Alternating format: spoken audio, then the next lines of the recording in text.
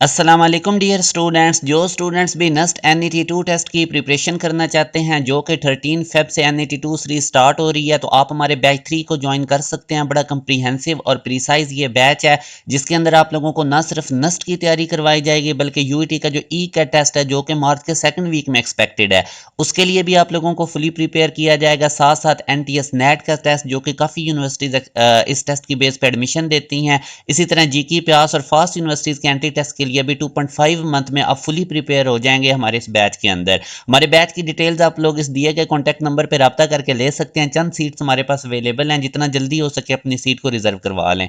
हमारे WhatsApp channel को ज़रूर फॉलो करें। बिलीव मी, आने वाले दिनों में आपको इस चैनल के थ्रू बहुत ज़्यादा इंपॉर्टेंट अपडेट्स मिलेंगी, लाइक डिफरेंट यूनिवर्सिटीज़ के स्कॉलरशिप की अपडेट्स। साथ में आप लोगों को डिफरेंट फील्ड्स के बारे में गाइड किया जाएगा। आगे जब आप लोग अच्छी यूनिवर्सिटीज़ में चले जाएंगे तो आप लोगों को बाहर के स्कॉलरशिप के बारे में जो HEC के होते हैं उनके रिलेटेड तमाम डिटेल मिलती रहेंगी। तो ज़रूर इस चैनल के साथ जो व्हाट्सएप चैनल है कनेक्टेड रहें। इसका लिंक आपको इसी वीडियो के डिस्क्रिप्शन में जाए आपको मिल जाएगा, उस लिंक के थ्रू आप इसको फॉलो कर सकते हैं। अभी आप लोगों के साथ मैं इलेक्ट्रोस्टैटिक में से काफ़ी इंपॉर्टेंट MCQs डिस्कस करूंगा जो डिफरेंट टॉप यूनिवर्सिटीज़ के एंट्री टेस्ट में आते रहे हैं। जैसे कि अभी वो कहता है कि एक पॉइंट चार्ज क्यू है वो एब्सोल्यूट पोटेंशियल इतना प्रोड्यूस करता है 1 मीटर के डिस्टेंस पे। What will be the absolute potential due to Q charge at a distance of 3 metre. अब एक तो सिंपल सा तरीका कार है कि हमें पता है कि इलेक्ट्रिक पोटेंशियल का formula in the form of distance होता है K/R, मतलब कि इलेक्ट्रिक पोटेंशियल और डिस्टेंस में इनवर्स रिलेशन है। तो अब 1 मीटर से उसने डिस्टेंस कर दिया 3 मीटर, तो उसने डिस्टेंस 3 टाइम बढ़ाया है, तो इसका मतलब जो पोटेंशियल V है वो 3 टाइम कम हो जाएगा, तो 5/3 इसका आंसर आएगा। एक तो ये तरीका है। दूसरा, अगर आप इसको करना चाहें तो मैं अगर वोल्टेज यानी पोटेंशियल और R डिस्टेंस के दरमियान रिलेशन बनाऊं तो V1/V2 इक्वल टू R2/R1 होगा, क्योंकि V1 R1 के इनवर्सली प्रोपोर्शनल है V2 R2 के। तो बस इसमें सिंपल है क्रॉस मल्टीप्लाई करके आप लोगों ने V2 को सेपरेट कर लेना है। V1 R1 और R2 की वैल्यूज प्लग इन करेंगे तो आपके पास V2 आ जाएगा जो कि 5/3 वोल्ट डेल्टा ऑप्शन है। तो ये जरा शॉर्टकट मेथड था जो मैंने आपको स्टार्ट में बताया। बहरहाल मैंने आपको दोनों तरीके बता दिए हैं। फिर वो कहता है air field parallel plate capacitor जो है उसकी कैपेसिटेंस है 10 microfarad. Slab of dielectric of relative permittivity 100 is introduced between the plates, the capacitance now, यानी सी मीडियम वो आपसे पूछ रहा है मीडियम की मौजूदगी में कैपेसिटेंस। तो इसके लिए हमारे पास रिलेशन होता है सी वैक्यूम इंटू ER हमारे पास रिलेटिव परमिटिविटी है। अब वैक्यूम की मौजूदगी में भी उसने कैपेसिटेंस बताई हुई है 10 ER 100 है, मल्टीप्लाई करें तो 1000 आंसर आएगा जो कि हमारे पास अल्फा ऑप्शन है। अगले क्वेश्चन में वो कहता है आपके पास 20 कैपेसिटर्स अवेलेबल हैं, हर एक की कैपेसिटेंस 15 फैरड है। आप लोगों ने कैपेसिटर बनाना है इक्विवेलेंस कैपेसिटेंस 1 फैरड का, तो कैसे आप ये अचीव करेंगे? तो अब आप देख सकते हैं हमारे पास अगर कैपेसिटर्स n कैपेसिटर सीरीज में लगे और हर एक की कैपेसिटेंस C हो तो उसका शॉर्टकट होता है C/n से हम इक्विवेलेंस निकालते हैं। और इसी तरह अगर हमारे पास पैरेलल कॉम्बिनेशन में कैपेसिटर n उनकी तादाद है, हर एक की कैपेसिटेंस C है, तो इक्विवेलेंस निकलेगी NC से।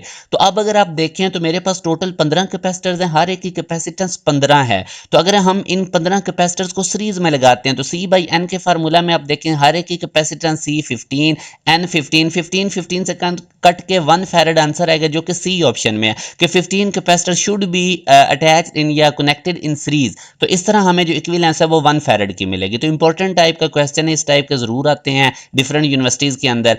अब आगे वो कहता है work done on a unit charge is equal to change in its. तो ये बेसिकली इलेक्ट्रिक पोटेंशियल की डेफिनेशन है, आप लोगों को पता है alpha is the right answer.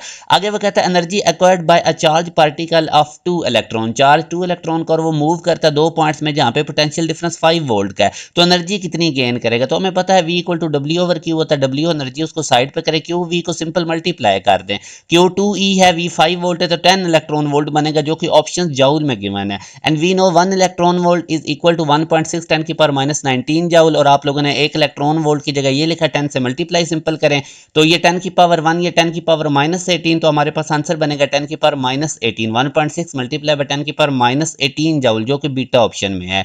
अब एक और क्वेश्चन देखें, वो कहते हैं कि ऑब्जेक्ट के पास 3 कूलम का चार्ज और उसको मूव करवाया जाता है 10 सेंटीमीटर के is move 10 centimetre from point A to B. A और बी के दरमियान वो मूव करती है इतना, और पोटेंशियल डिफरेंस 2 पॉइंट्स का गिवन है, वर्क डन निकालना है। वेरी सिंपल वर्क हमें वही फार्मूला Q इंटू वी होता है। Q भी गिवन है 3 कूलम और 2 पॉइंट्स के दरमियान का पोटेंशियल डिफरेंस 700 गिवन है, मल्टीप्लाई करें तो 2100 जाउल आएगा। ये डिस्टेंस उसने सिर्फ कंफ्यूज करने के लिए दिया हुआ है, तो ये हमारे पास आंसर आएगा अल्फा।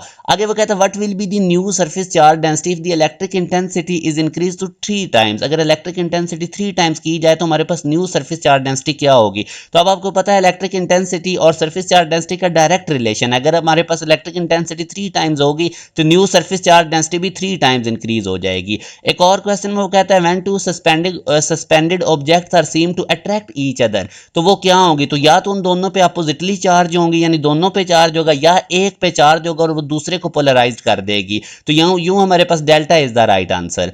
आगे नेक्स्ट क्वेश्चन है what will be the change in potential energy of an electron moves 4.5 metre in the direction of an electric field of strength. तो ये भी एक इंपॉर्टेंट टाइप का क्वेश्चन है। आप लोगों ने change in potential energy means work ही आपने निकालना है। वर्क का फार्मूला एफ डी होता है, इलेक्ट्रिक फील्ड होता है एफ ओवर क्यू। तो यहाँ से एफ को रिप्लेस करें, क्यू ई से साथ डी होगा, बस वैल्यूज प्लग इन करें। क्यू भी गिवन है, इलेक्ट्रिक फील्ड भी गिवन है, डिस्टेंस भी गिवन है। इसको सिंप्लीफाइड आप लोगों ने कर लेना है पॉइंट्स को रिमूव करके, तो यूं हमारे पास ये आंसर आएगा जो कि बीटा ऑप्शन में मौजूद है।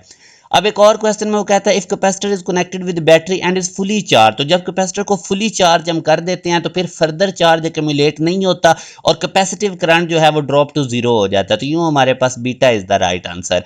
एक और क्वेश्चन में वो कहता है टू कंडक्टिंग ऑब्जेक्ट्स हैं एक्स एंड वाई और उनके ऊपर चार्ज क्यू है और वो एफ फोर्स लगाते हैं एक दूसरे पे। एक थर्ड चार्ज जिसकी जो माइनस क्यू है उसको टच करवाया जाता है एक्स के साथ और फिर रिमूव कर दिया जाता है। तो न्यू फोर्स अब एक्स और वाई में क्या बन जाएगी, तो अब हमें पता है कि कूलम्स लॉ होता है के Q one Q two over R का स्क्वायर। तो यहाँ से अब अगर आप लोग देखते हैं जब हम थर्ड चार्ज जो कि माइनस क्यू है जब वो एक्स के साथ टच करेंगे तो टोटल नेट चार्ज एक्स पे जीरो हो जाएगा, क्योंकि Q minus Q over two करेंगे तो वो जीरो टोटल हो जाएगा नेट चार्ज। और जब आप क्यू वन की जगह जीरो प्लग इन करेंगे तो हमारे पास कूलम फोर्स भी जीरो हो जाएगी। जीरो ऑप्शन नहीं है तो none of this is the right answer. इसी तरह अब ये क्वेश्चन एक आप लोगों ने करना है, मैं इसको असाइनमेंट के तौर पर आपको दे रहा हूँ, आंसर भी मैंने बता दिया और ये इनकी आंसर की एक्सप्लेनेशन है। आप लोग इसको वीडियो को पॉज करके इसका स्क्रीनशॉट ले लेते हैं। तो ये दो स्लाइड्स के ऊपर इसकी एक्सप्लेनेशन है और एक ये वाला क्वेश्चन भी आपने करना और इस क्वेश्चन का आंसर आप लोगों ने कमेंट सेक्शन में देना है।